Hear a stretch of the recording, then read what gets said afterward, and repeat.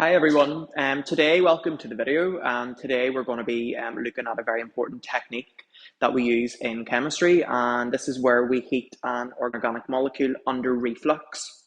Now, what reflux means is that we are continually boiling the reaction mixture. Okay, so we have a reaction mixture here that I'll talk about in just a minute.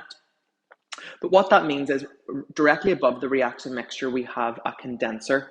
This is known as a Liebig condenser, okay, and you might have seen that before, and that is just essentially to keep things cold and for a change of state to happen. So this allows us to heat these organic compounds for a very long period of time without the loss of product. So what we're going to be looking at today is the oxidation of a primary alcohol. And we're first of all going to oxidize that to an aldehyde, which can then be further oxidized to the corresponding carboxylic acid. Now, so just a little explanation of our setup today. So what we have is a pear-shaped flask, and in the pear-shaped flask we have acidified potassium dichromate. And what this is an oxidizing agent. So it's going to cause oxidation of something while itself is going to be reduced. So what I'm going to do in just a minute is drip a few centimeters cubed of a primary alcohol into my reaction mixture. And the whole point of this is we're going to oxidize the alcohol. So it's called ethanol. And we're going to first of all oxidize that to an aldehyde, to ethanal, and then further oxidize that to the carboxylic acid. So we have our oxidizing agent here, and what we have above is our Liebig condenser.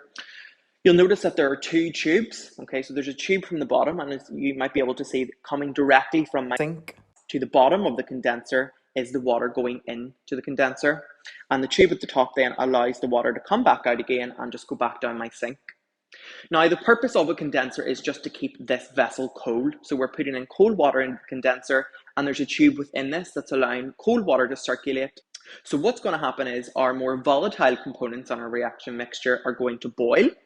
And we know that that change of state happens where they boil and turn into the gaseous phase. Gaseous phase is going to rise. Okay, the gases are going to rise and drip back down again because they're being condensed by the cold surface. This allows us then to undergo this oxidation for a long period of time without the loss of any product. Another thing that I should add is that I have anti-bumping granules in my reaction mixture here at the bottom. And what this does is just allow us to promote smooth boiling in the reaction mixture by forming small bubbles. If we didn't have anti-bumping granules, what could happen is there could be lots of bigger bubbles which could push up into the condenser and ultimately lose our product. So what I'm going to do now is I'm first of all going to show you, I'm going to oxidize the primary alcohol, okay, into the corresponding aldehyde. And I'm going to do that by an primary alcohol, which is ethanol, and putting a few drops into our reaction mixture here. So in my beaker here, I have a primary alcohol, which is ethanol, okay, C2H5OH.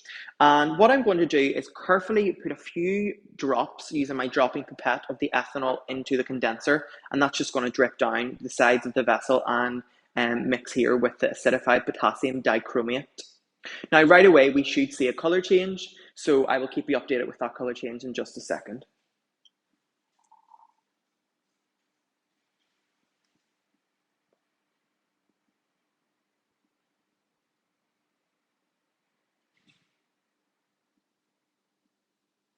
So what we are seeing is the tip of the orange solution is starting to turn green, okay, which is showing us that there's a color change happening, whereby the chromium within the potassium dichromate is in the +6 oxidation state. But whenever this is reduced to chromium 3+, it turns into a green color. Okay, so that's indicating to us that the aldehyde is being produced. Okay, this reaction is also exothermic, which means that there is heat being given out by this reaction. Okay, so the next step that we're going to do then is we're going to heat this under reflux, whereby we boil this reaction mixture for about 30 minutes, which will allow the corresponding aldehyde then to turn into the carboxylic acid. So now we are ready to further oxidize this aldehyde, which is ethanal, to the corresponding carboxylic acid, and that needs to undergo with heat under reflux. So what I have here is the Bunsen burner, and I'm just going to put this under reflux for about 30 minutes.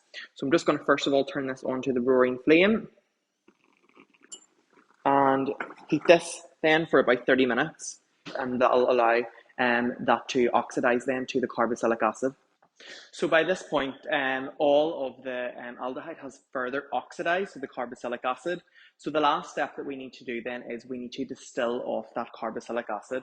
So you may have noticed that I've rejigged the equipment around here. So instead of having the condenser above the reaction mixture, it's now to the side. So I've added an extra piece of apparatus, and this is called still head.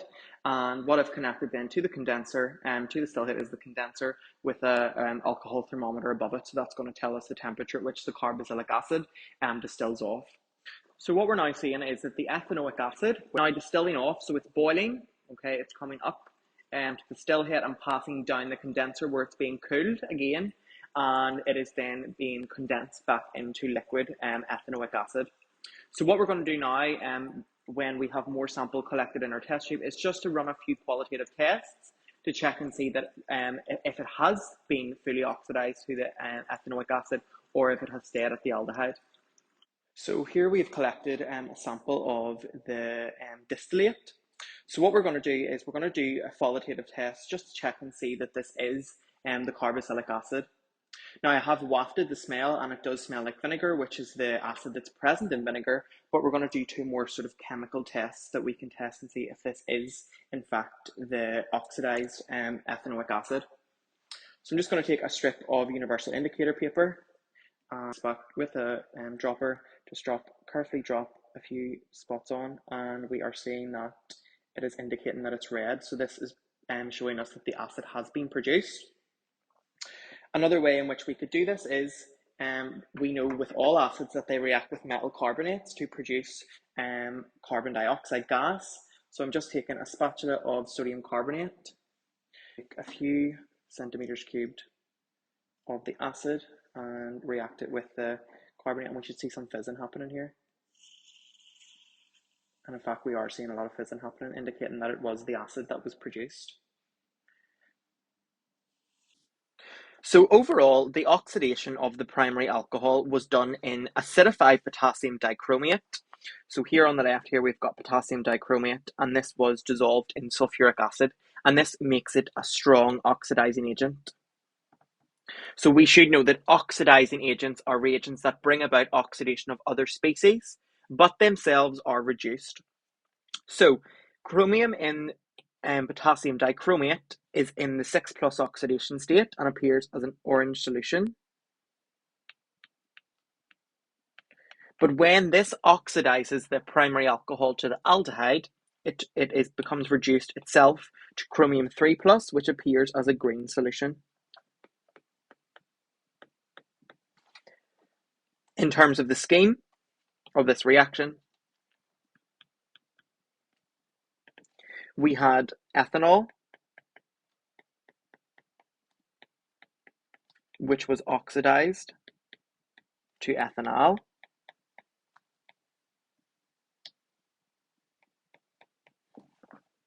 which was then further oxidized to